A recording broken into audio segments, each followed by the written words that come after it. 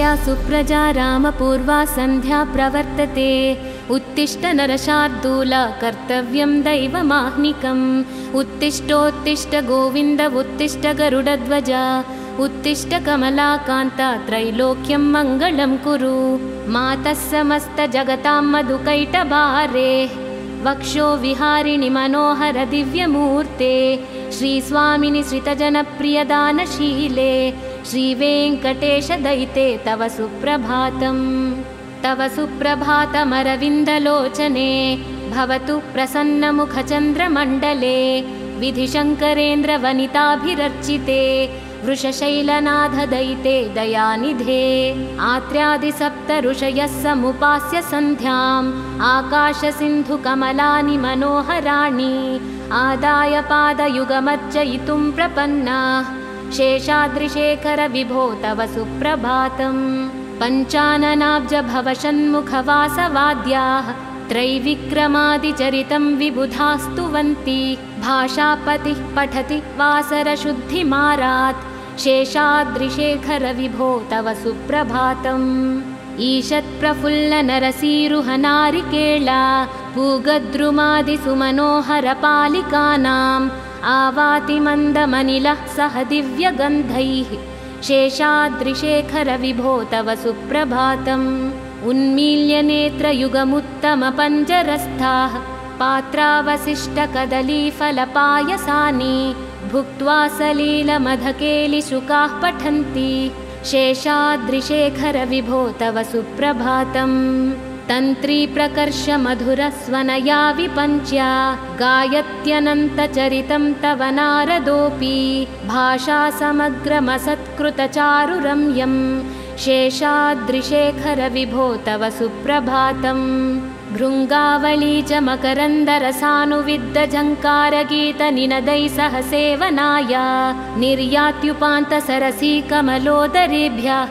शेषाद्रिशेखर विभो तव सुप्रभातम्। योषागणेन वरदग्निविमध्यमाने। घोषालयेषु दधिमन्थनतीव्रघोषाः।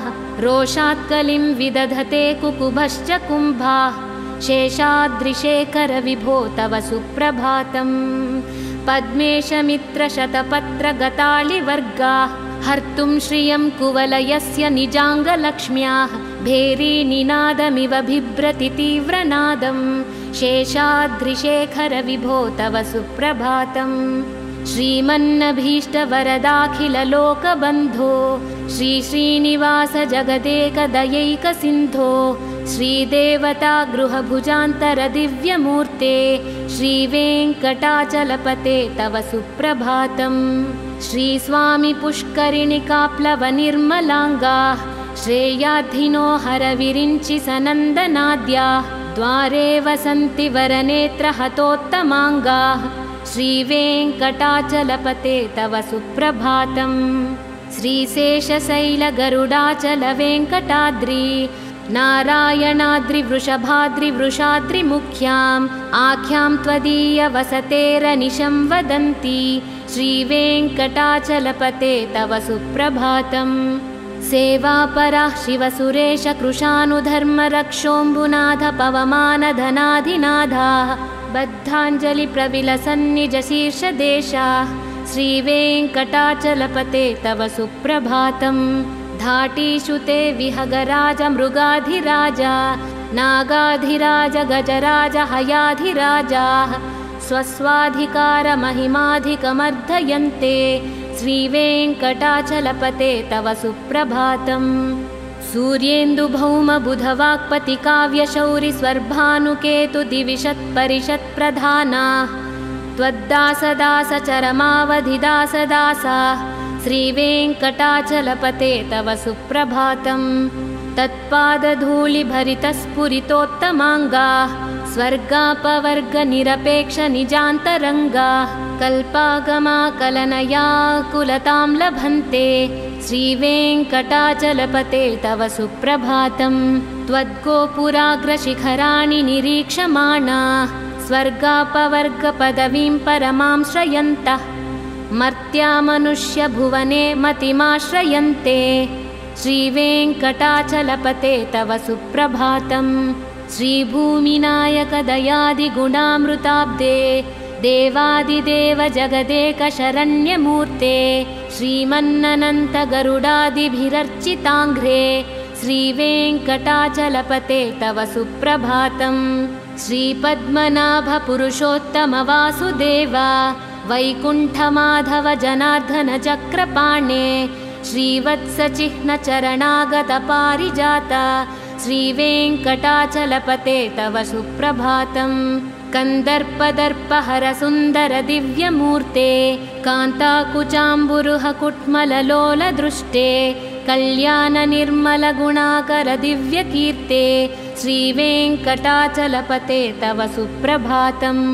मीनाकृते कमठकोल नृसिंहवर्णिन् स्वामिन् परस्वथ तपोधन रामचन्द्र शेषांश राम यदुनन्दन कल्किरूप श्रीवेङ्कटाचलपते तव सुप्रभातम्।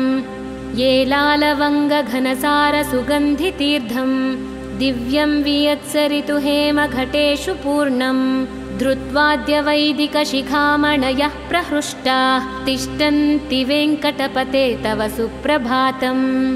भास्वानुदेति विकचानि सरोरुहाणि सम्पूरयन्ति निनदैः कुकुभो विहङ्गाः श्रीवैष्णवाः सततमर्धितमङ्गलास्ते धामाश्रयन्ति तव वेङ्कटसुप्रभातम्। ब्रह्मादयासुरवराः समहर्षयस्ते सन्तः सनन्दनमुखास्त्वथ योगिवर्याः धामान्तिके तव हि मङ्गलवस्तुहस्ताः श्रीवेङ्कटाचलपते तव सुप्रभातम्।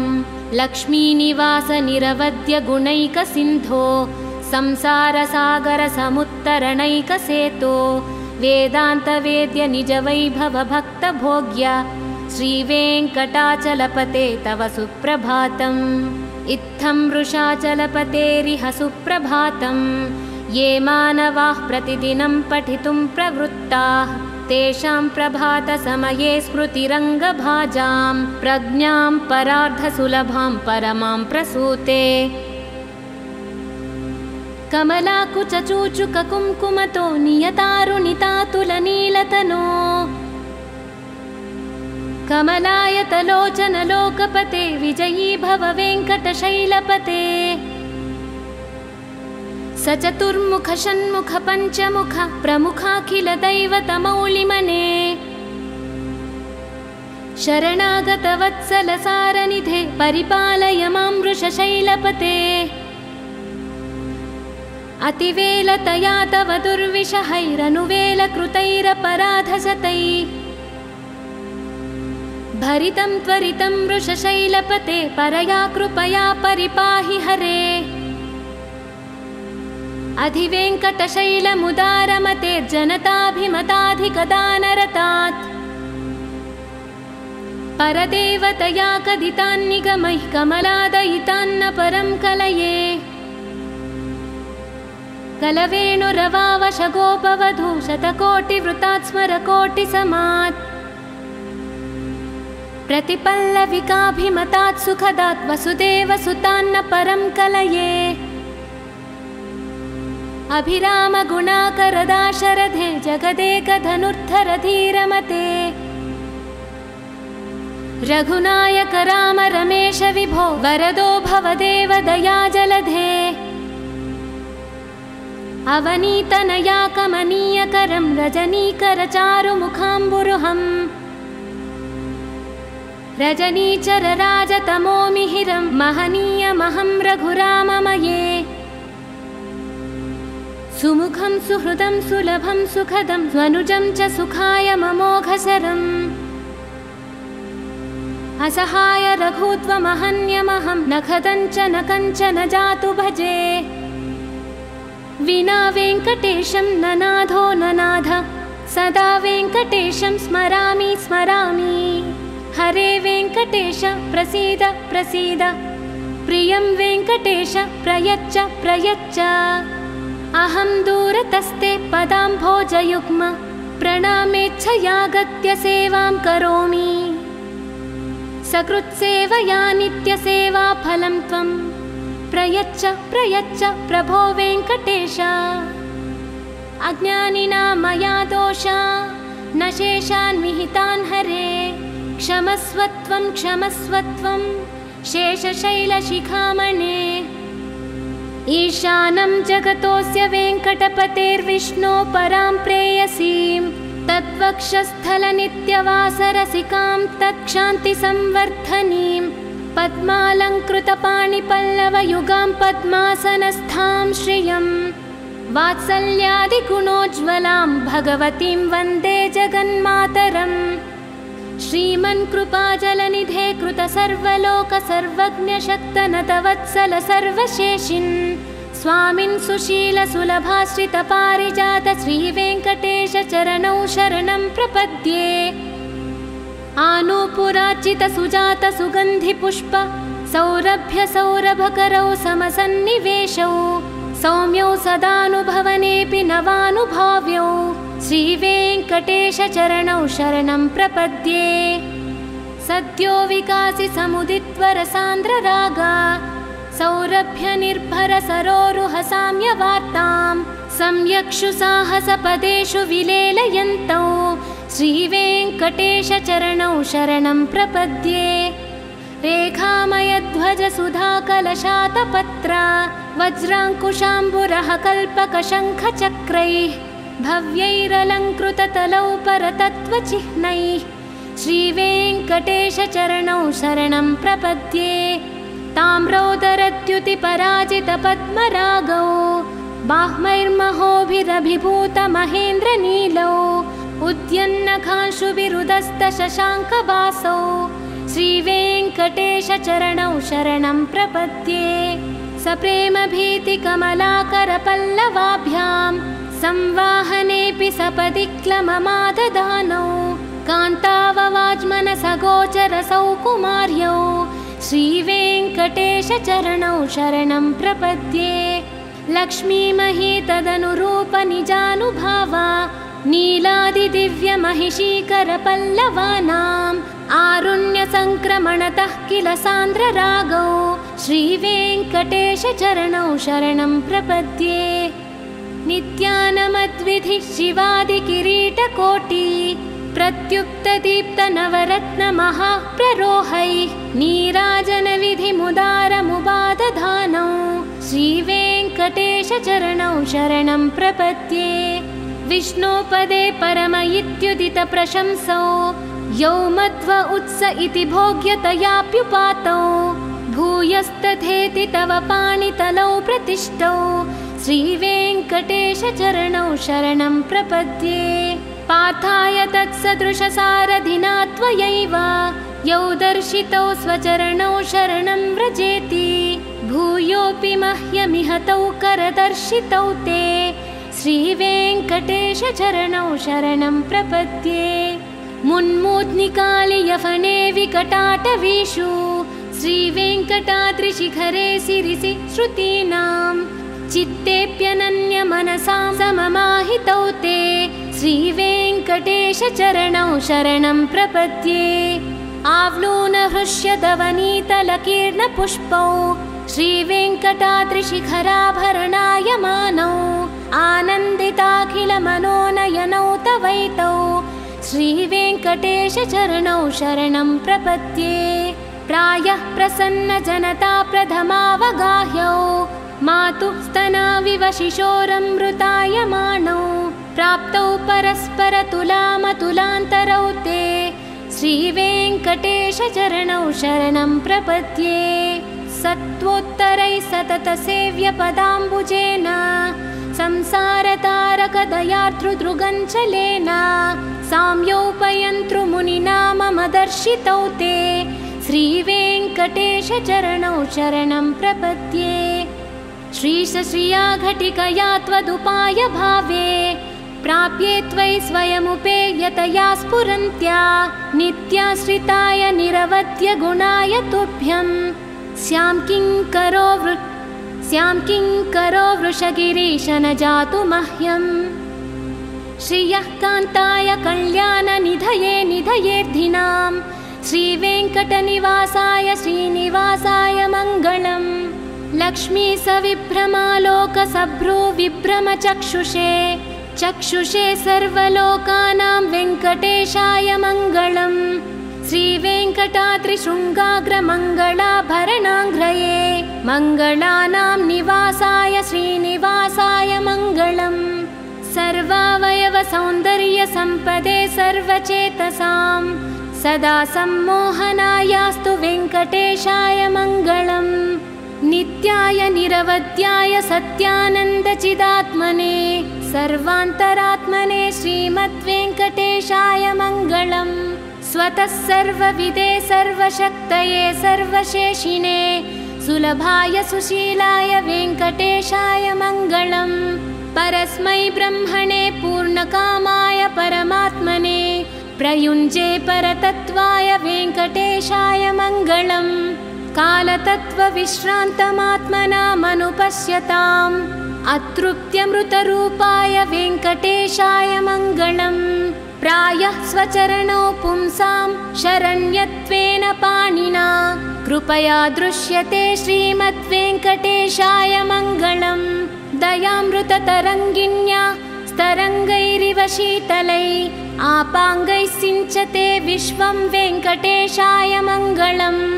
स्रग्भूषाम्बरहेतीनां सुषमावहमूर्तये सर्वार्तिसमनायास्तु वेङ्कटेशाय मङ्गलम्। श्रीवैकुण्ठविरक्ताय स्वामी पुष्करिणीतटे रमया रममाणाय वेङ्कटेशाय मङ्गलम्। श्रीमत्सुदरजामातृमुनिमानसवासिने सर्वलोकनिवासाय श्रीनिवासाय मङ्गलम्। नमः श्रीवेङ्कटेशाय शुद्धज्ञानस्वरूपिणे वासुदेवाय शान्ताय वेङ्कटेशाय मङ्गलम्। मङ्गलाशासनपरैर्मदाचार्यपुरोगमैः सर्वैश्च पूर्वैराचार्यैः सत्कृपायास्तु मङ्गलम्।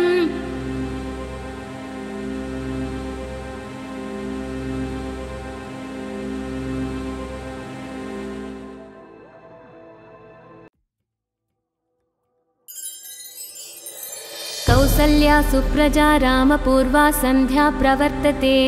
उत्तिष्ठ नरशार्दूल कर्तव्यं दैवमाह्निकम्। उत्तिष्ठोत्तिष्ठ गोविन्द उत्तिष्ठ गरुडध्वज उत्तिष्ठ कमलाकान्त त्रैलोक्यं मङ्गलं कुरु। मातः समस्तजगतां मधुकैटभारे वक्षो विहारिणि मनोहर दिव्यमूर्ते श्रीस्वामिनि श्रितजनप्रियदानशीले श्रीवेङ्कटेश दयिते तव सुप्रभातम्। तव सुप्रभातमरविन्दलोचने भवतु प्रसन्नमुखचन्द्रमण्डले विधिशङ्करेन्द्रवनिताभिरर्चिते वृषशैलनाथ दयिते दयानिधे। आत्र्यादिसप्त ऋषयः समुपास्य सन्ध्याम् आकाशसिन्धुकमलानि मनोहराणि आदाय पादयुगमर्चयितुं प्रपन्नाः शेषाद्रिशेखर विभो तव सुप्रभातम्। पञ्चाननाब्ज भवषण्मुखवासवाद्याः त्रैविक्रमादिचरितं विबुधास्तुवन्ति भाषापतिः पठति वासरशुद्धिमारात् शेषाद्रिशेखर विभो तव सुप्रभातम्। ईषत्प्रफुल्लनरसीरुहनारिकेला पूगद्रुमादिसुमनोहरपालिकानाम् आवाति मन्दमनिलः सह दिव्यगन्धैः शेषाद्रिशेखर विभो तव सुप्रभातम्। उन्मील्यनेत्रयुगमुत्तमपञ्जरस्थाः पात्रावशिष्टकदलीफलपायसानि भुक्त्वा सलीलमधकेलिशुकाः पठन्ति शेषाद्रिशेखर विभो तव सुप्रभातम्। तन्त्रीप्रकर्षमधुरस्वनया विपञ्च्या गायत्यनन्तचरितं तव नारदोऽपि भाषासमग्रमसत्कृतचारुरम्यं शेषाद्रिशेखर विभो तव सुप्रभातम्। भृङ्गावली च मकरन्दरसानुविद्धझङ्कारगीतनिनदैः सह सेवनाय निर्यात्युपान्तसरसी कमलोदरेभ्यः शेषाद्रिशेखर विभो तव सुप्रभातम्। योषागणेन वरदग्निविमध्यमाने घोषालयेषु दधिमन्थनतीव्रघोषाः रोषात्कलिं विदधते कुकुभश्च कुम्भाः शेषाद्रिशेखर विभो तव सुप्रभातम् पद्मेशमित्रशतपत्रगतालिवर्गाः हर्तुं श्रियं कुवलयस्य निजाङ्गलक्ष्म्याः भेरीनिनादमिव बिभ्रति तीव्रनादं शेषाद्रिशेखर विभो तव सुप्रभातम् श्रीमन्नभीष्टवरदाखिललोकबन्धो श्रीश्रीनिवास जगदेकदयैकसिन्धो श्रीदेवता गृहभुजान्तरदिव्यमूर्ते श्रीवेङ्कटाचलपते तव सुप्रभातम् श्रीस्वामि पुष्करिणिकाप्लवनिर्मलाङ्गाः श्रेयाधिनो हरविरिञ्चि सनन्दनाद्याः द्वारे वसन्ति वरनेत्रहतोत्तमाङ्गाः श्रीवेङ्कटाचलपते तव सुप्रभातम् श्रीशेषशैलगरुडाचलवेङ्कटाद्रि नारायणाद्रिवृषभाद्रिवृषाद्रिमुख्याम् आख्यां त्वदीयवसतेरनिशं वदन्ति श्रीवेङ्कटाचलपते तव सुप्रभातम् सेवापराः शिवसुरेशकृशानुधर्मरक्षोऽम्बुनाथ पवमानधनाधिनाथाः बद्धाञ्जलिप्रविलसन्निजशीर्षदेशाः श्रीवेङ्कटाचलपते तव सुप्रभातम् धाटीषु ते विहगराज मृगाधिराजा नागाधिराज गजराज हयाधिराजाः स्वस्वाधिकारमहिमाधिकमर्धयन्ते श्रीवेङ्कटाचलपते तव सुप्रभातम् सूर्येन्दुभौमबुधवाक्पतिकाव्यशौरिस्वर्भानुकेतुदिविशत्परिषत्प्रधानाः त्वद्दासदासचरमावधिदासदासाः श्रीवेङ्कटाचलपते तव सुप्रभातम् तत्पादधूलिभरितस्फुरितोत्तमाङ्गाः स्वर्गापवर्गनिरपेक्षनिजान्तरङ्गाः कल्पागमाकलनयाकुलतां लभन्ते श्रीवेङ्कटाचलपते तव सुप्रभातम् त्वद्गोपुराग्रशिखराणि निरीक्षमाणाः स्वर्गापवर्गपदवीं परमां श्रयन्तः मर्त्या मनुष्यभुवने मतिमाश्रयन्ते श्रीवेङ्कटाचलपते तव सुप्रभातम् श्रीभूमिनायकदयादिगुणामृताब्दे देवादिदेव जगदेकशरण्यमूर्ते श्रीमन्ननन्तगरुडादिभिरर्चिताङ्घ्रे श्रीवेङ्कटाचलपते तव सुप्रभातम् श्रीपद्मनाभपुरुषोत्तमवासुदेव वैकुण्ठमाधव जनार्दन चक्रपाणे श्रीवत्सचिह्नचरणागतपारिजात श्रीवेङ्कटाचलपते तव सुप्रभातम् कन्दर्पदर्पहरसुन्दरदिव्यमूर्ते कान्ताकुचाम्बुरुहकुट्मललोलदृष्टे कल्याणनिर्मलगुणाकरदिव्यकीर्ते श्रीवेङ्कटाचलपते तव सुप्रभातम् मीनाकृते कमठकोलनृसिंहवर्णिन् स्वामिन् परस्वथ तपोधन रामचन्द्र शेषांशराम यदुनन्दन कल्किरूप श्रीवेङ्कटाचलपते तव सुप्रभातम् ये लालवङ्गघनसारसुगन्धितीर्थम् दिव्यं वियत्सरितु हेमघटेषु पूर्णम् धृत्वाद्यवैदिकशिखामणयः प्रहृष्टाः तिष्ठन्ति वेङ्कटपते तव सुप्रभातम् भास्वानुदेति विकचानि सरोरुहाणि सम्पूरयन्ति निनदैः कुकुभो विहङ्गाः श्रीवैष्णवाः सततमर्धितमङ्गलास्ते धामाश्रयन्ति तव वेङ्कटसुप्रभातम् ब्रह्मादयासुरवराः समहर्षयस्ते सन्तः सनन्दनमुखास्त्वथ योगिवर्याः धामान्तिके तव हि मङ्गलवस्तुहस्ताः श्रीवेङ्कटाचलपते तव सुप्रभातम् लक्ष्मीनिवास निरवद्य गुणैकसिन्धो संसारसागरसमुत्तरणैकसेतो वेदान्तवेद्य निजवैभव भक्तभोग्य श्रीवेङ्कटाचलपते तव सुप्रभातम् इत्थं वृषाचलपतेरिह सुप्रभातम् ये मानवाः प्रतिदिनं पठितुं प्रवृत्ताः तेषां प्रभातसमये स्मृतिरङ्गभाजां प्रज्ञां परार्धसुलभां परमां प्रसूते कमलाकुचूचुककुङ्कुमतो नियतारुणितातुलनीलतनो कमलायतलोचनलोकपते विजयी भव वेङ्कटशैलपते सचतुर्मुख षण्मुख पञ्चमुख प्रमुखाखिल दैवतमौलिमने शरणागतवत्सलसारनिधे परिपालय मां वृषशैलपते अतिवेलतया तव दुर्विषहैरनुवेलकृतैरपराधशतैः भरितं त्वरितं वृषशैलपते परया कृपया परिपाहि हरे अधिवेङ्कटशैलमुदारमते जनताभिमताधिकदानरतात् परदेवतया कदितान्निगमैः कमलादयितान्न परं कलये कलवेणुरवावशगोपवधू शतकोटिवृतात् स्मरकोटिसमात् प्रतिपल्लविकाभिमतात् सुखदात् वसुदेवसुतान्न परं कलये अभिरामगुणाकरदाशरथे जगदेकधनुर्धरधीरमते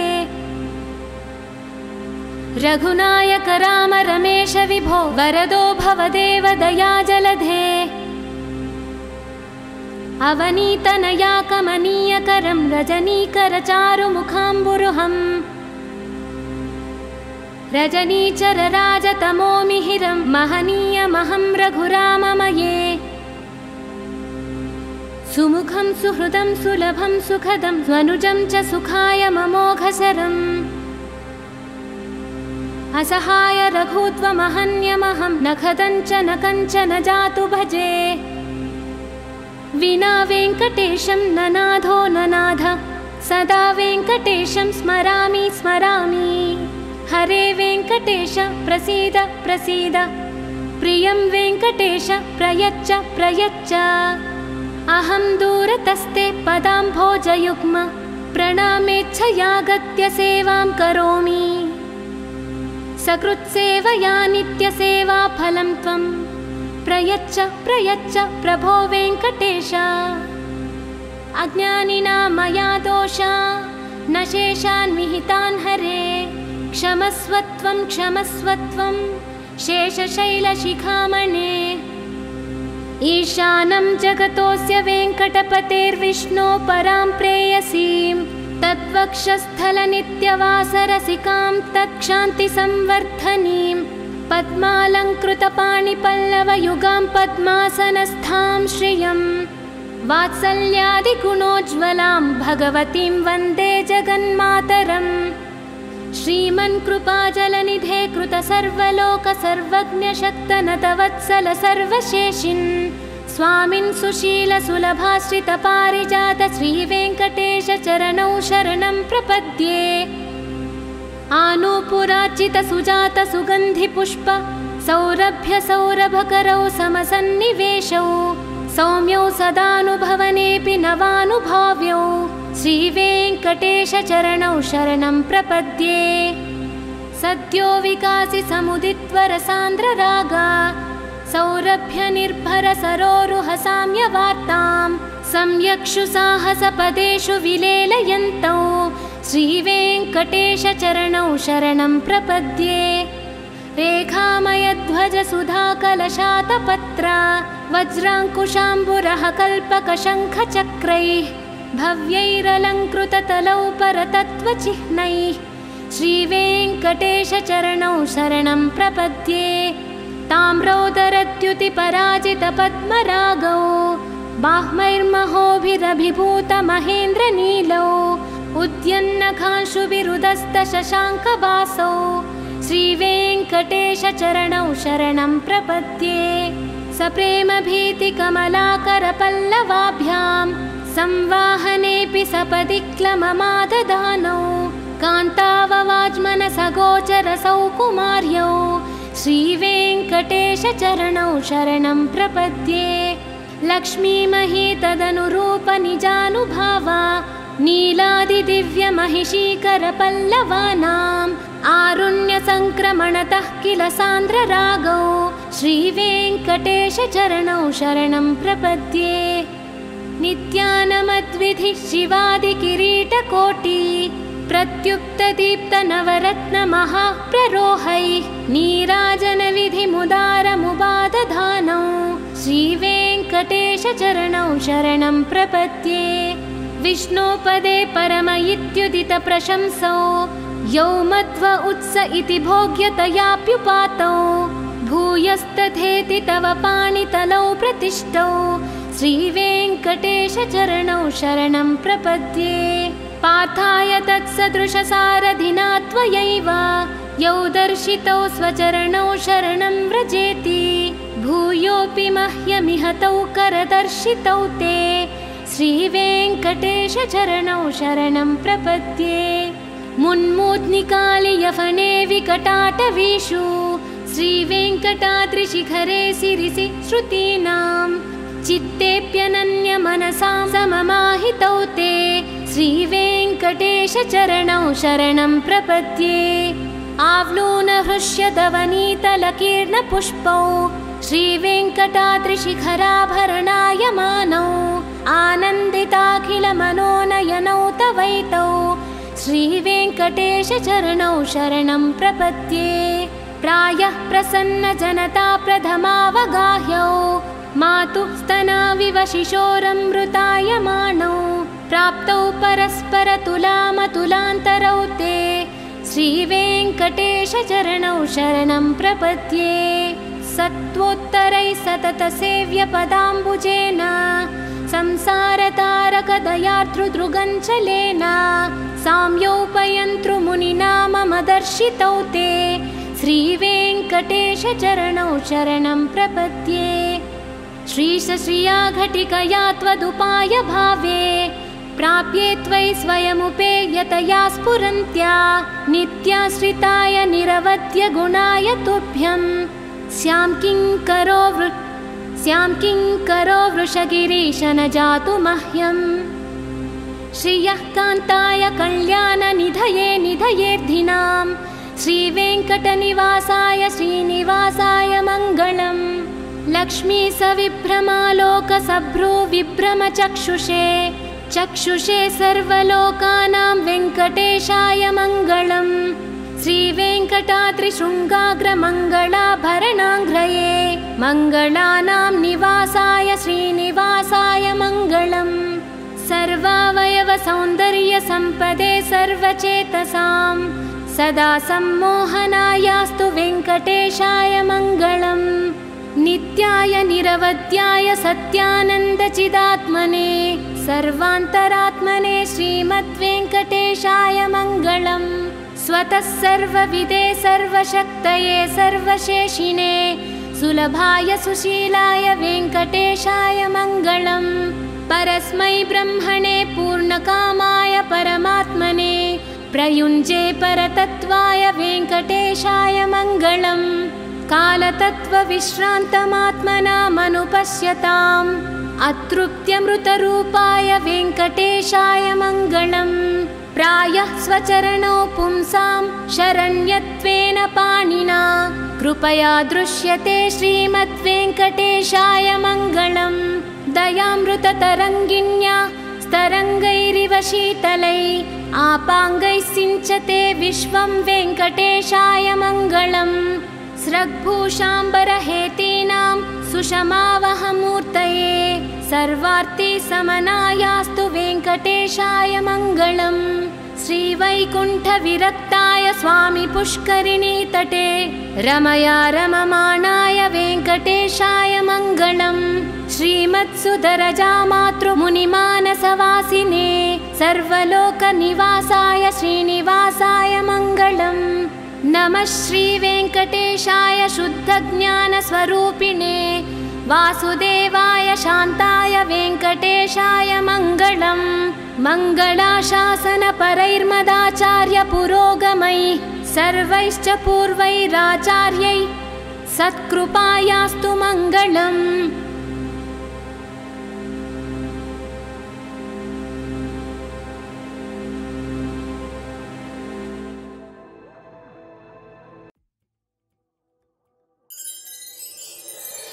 कौसल्या सुप्रजा रामपूर्वा सन्ध्या प्रवर्तते उत्तिष्ठ नरशार्दूल कर्तव्यं दैवमाह्निकम् उत्तिष्ठोत्तिष्ठ गोविन्द उत्तिष्ठ गरुडध्वज उत्तिष्ठ कमलाकान्ता त्रैलोक्यं मङ्गलं कुरु मातः समस्तजगतां मधुकैटभारे वक्षो विहारिणि मनोहर दिव्यमूर्ते श्रीस्वामिनि श्रितजनप्रियदानशीले श्रीवेङ्कटेशदयिते तव सुप्रभातम् तव सुप्रभातमरविन्दलोचने भवतु प्रसन्नमुखचन्द्रमण्डले विधिशङ्करेन्द्रवनिताभिरर्चिते वृषशैलनाथदयिते दयानिधे आत्र्यादिसप्त ऋषयः समुपास्य सन्ध्याम् आकाशसिन्धुकमलानि मनोहराणि आदाय पादयुगमर्चयितुं प्रपन्नाः शेषाद्रिशेखर विभो तव सुप्रभातम्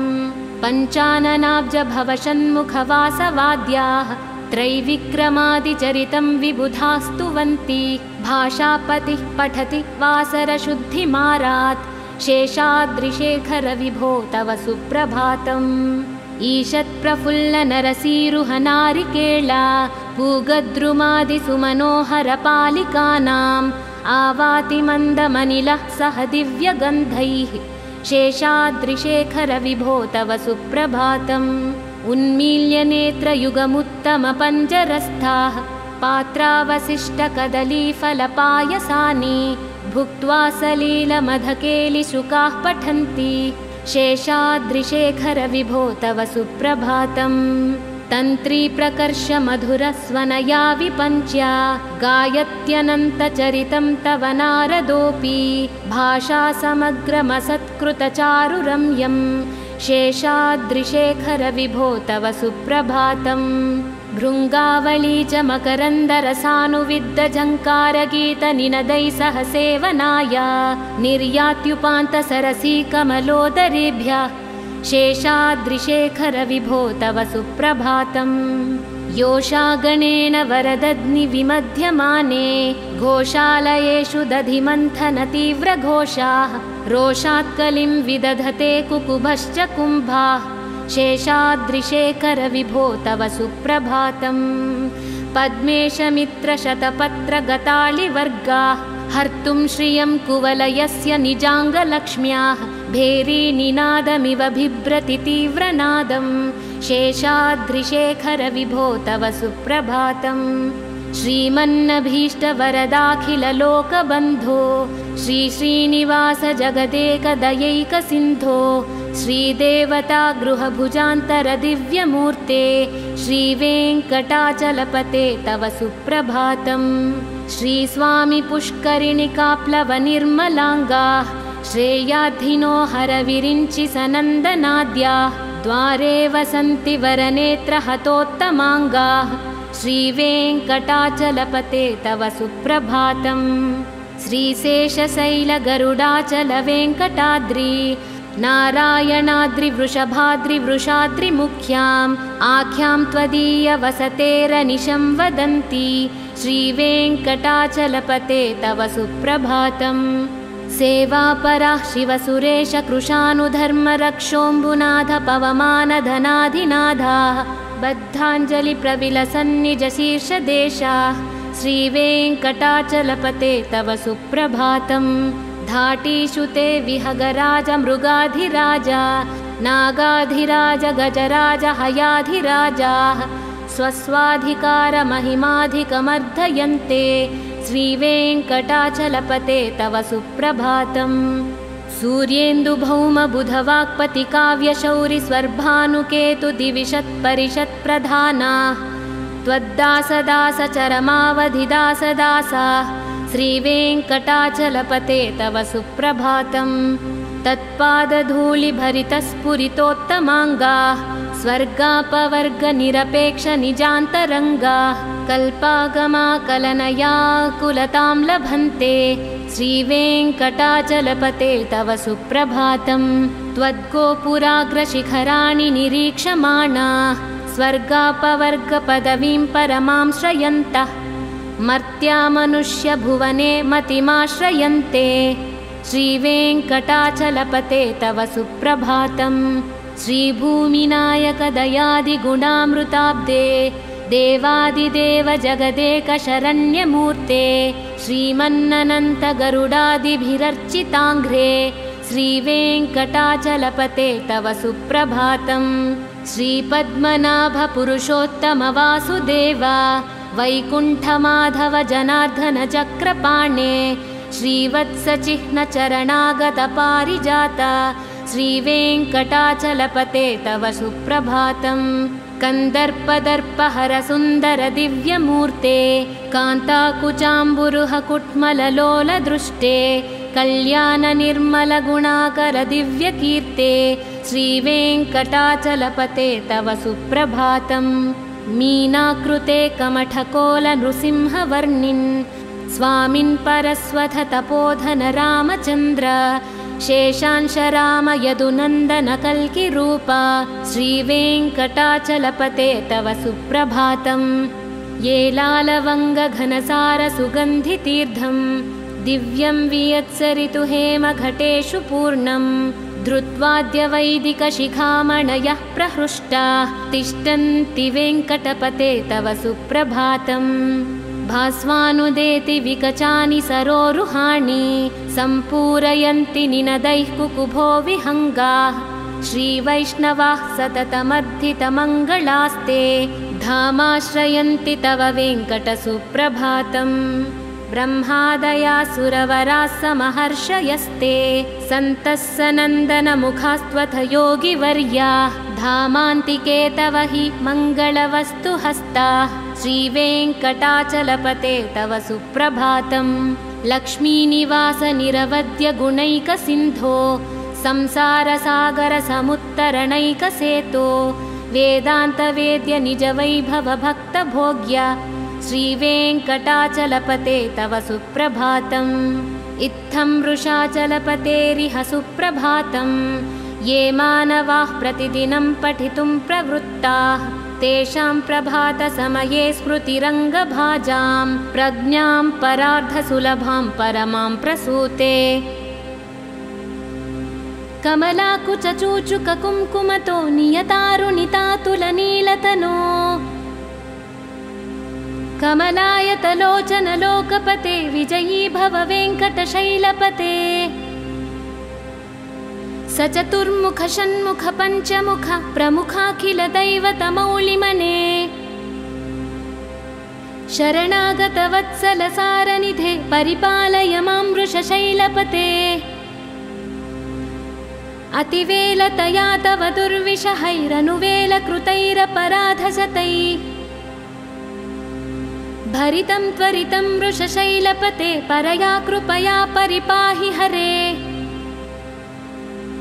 अधिवेङ्कटशैलमुदारमतेर्जनताभिमताधिकदानरतात् परदेवतया कथितान्निगमैः कमलादयितान्न परं कलये। कलवेणुरवावशगोपवधू शतकोटिवृतात् स्मरकोटिसमात् प्रतिपल्लविकाभिमतात् सुखदात् वसुदेवसुतान्न परं कलये। अभिरामगुणाकरदाशरथे जगदेकधनुर्धरधीरमते रघुनायक राम रमेश विभो वरदो भवदेव दयाजलधे। अवनीतनया कमनीयकरं रजनीकरचारुमुखाम्बुरुहम् रजनीचरराजतमोमिहिरं महनीयमहं रघुराममये। सुमुखं सुहृदं सुलभं सुखदं स्वनुजं च सुखाय ममोघसरम् असहाय रघुत्वमहन्यमहं न खदञ्च न कञ्चन जातु भजे। विना वेङ्कटेशं न नाथो न नाथ सदा वेङ्कटेशं स्मरामि स्मरामि। हरे वेङ्कटेश प्रसीद प्रसीद प्रियं वेङ्कटेश प्रयच्छ प्रयच्छ। अहं दूरतस्ते पदाम्भोजयुग्म प्रणामेच्छयागत्य सेवां करोमि। सकृत्सेवया नित्यसेवा फलं त्वं प्रयच्छ प्रयच्छ प्रभो वेङ्कटेश। अज्ञानिना मया दोषा न शेषान् विहितान् हरे। क्षमस्वत्वं क्षमस्वत्वं शेषशैलशिखामणे। ईशानं जगतोऽस्य वेङ्कटपतेर्विष्णो परां प्रेयसीं तद्वक्षस्थलनित्यवासरसिकां तत्क्षान्तिसंवर्धनीं पद्मालङ्कृतपाणिपल्लवयुगां पद्मासनस्थां श्रियं वात्सल्यादिगुणोज्ज्वलां भगवतीं वन्दे जगन्मातरम्। श्रीमन्कृपाजलनिधे कृतसर्वलोकसर्वज्ञशक्तनतवत्सल सर्वशेषिन् स्वामिन् सुशीलसुलभाश्रितपारिजात श्रीवेङ्कटेशचरणौ शरणं प्रपद्ये। आनूपुरार्चितसुजातसुगन्धिपुष्प सौरभ्य सौरभकरौ समसन्निवेशौ सौम्यौ सदानुभवनेऽपि नवानुभाव्यौ श्रीवेङ्कटेशचरणौ शरणं प्रपद्ये। सद्यो विकासि समुदित्वरसान्द्ररागा सौरभ्यनिर्भरसरोरुह साम्यवार्तां सम्यक्षु साहसपदेषु विलेलयन्तौ श्रीवेङ्कटेशचरणौ शरणं प्रपद्ये। रेखामयध्वजसुधाकलशातपत्र वज्राङ्कुशाम्बुरः कल्पकशङ्खचक्रैः भव्यैरलङ्कृततलौ परतत्त्वचिह्नैः श्रीवेङ्कटेशचरणौ शरणं प्रपद्ये। ताम्रोदरद्युतिपराजितपद्मरागौ बाह्मैर्महोभिरभिभूतमहेन्द्रनीलौ उद्यन्नखांशुभिरुदस्तशशाङ्कवासौ श्रीवेङ्कटेशचरणौ शरणं प्रपद्ये। सप्रेमभीतिकमलाकरपल्लवाभ्यां संवाहनेऽपि सपदि क्लममाददानौ कान्ताववाज्मनसगोचरसौ कुमार्यौ श्रीवेङ्कटेशचरणौ शरणं प्रपद्ये। लक्ष्मीमही तदनुरूपनिजानुभावा नीलादिदिव्यमहिषीकरपल्लवानाम् आरुण्यसङ्क्रमणतः किल सान्द्ररागौ श्रीवेङ्कटेशचरणौ शरणं प्रपद्ये। नित्यानमद्विधिः शिवादिकिरीटकोटि प्रत्युक्तदीप्तनवरत्नमहाप्ररोहैः नीराजनविधिमुदारमुपादधानौ श्रीवेङ्कटेशचरणौ शरणं प्रपद्ये। विष्णोपदे परम इत्युदितप्रशंसौ यौ मध्व उत्स इति भोग्यतयाप्युपातौ भूयस्तथेति तव पाणितलौ प्रतिष्ठौ श्रीवेङ्कटेशचरणौ शरणं प्रपद्ये। पार्थाय तत्सदृशसारथिना त्वयैव यौ दर्शितौ स्वचरणौ शरणं व्रजेति भूयोऽपि मह्यमिह तौ करदर्शितौ ते श्रीवेङ्कटेशचरणौ शरणं प्रपद्ये। मुन्मूद्निकालियफने विकटाटवीषु श्रीवेङ्कटाद्रिशिखरे सिरिसि श्रुतीनां चित्तेऽप्यनन्यमनसां सममाहितौ ते श्रीवेङ्कटेशचरणौ शरणं प्रपद्ये।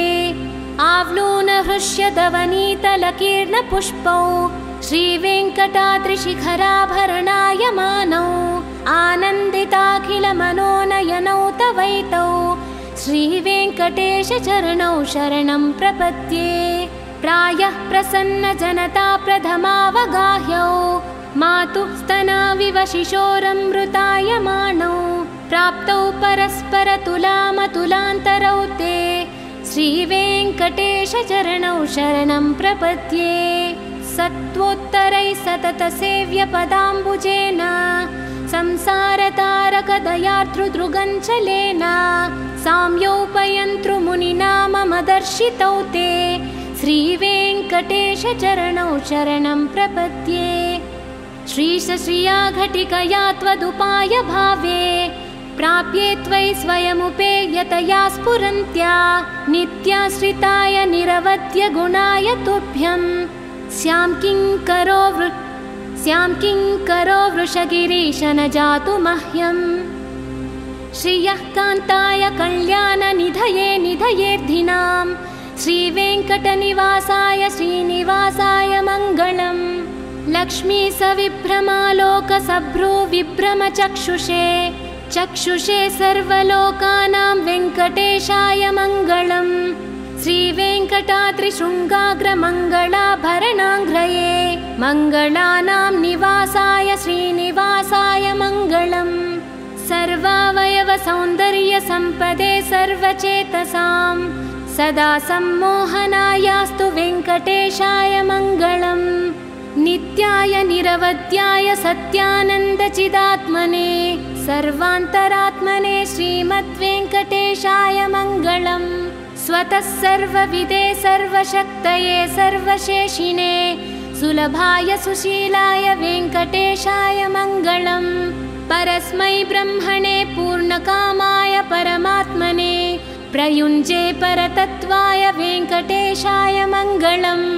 कालतत्त्वविश्रान्तमात्मनामनुपश्यताम् अतृप्त्यमृतरूपाय वेङ्कटेशाय मङ्गलम् प्रायः स्वचरणौ पुंसां शरण्यत्वेन पाणिना कृपया दृश्यते श्रीमद्वेङ्कटेशाय मङ्गलम् दयामृततरङ्गिण्या स्तरङ्गैरिव शीतलै आपाङ्गैः सिञ्चते विश्वं वेङ्कटेशाय मङ्गलम् स्रग्भूषाम्बरहेतीनां सुषमावहमूर्तये सर्वार्तिसमनायास्तु वेङ्कटेशाय मङ्गलम् श्रीवैकुण्ठविरक्ताय स्वामी पुष्करिणीतटे रमया रममाणाय वेङ्कटेशाय मङ्गलम् श्रीमत्सुदरजामातृमुनिमानसवासिने सर्वलोकनिवासाय श्रीनिवासाय मङ्गलम् नमः श्रीवेङ्कटेशाय शुद्धज्ञानस्वरूपिणे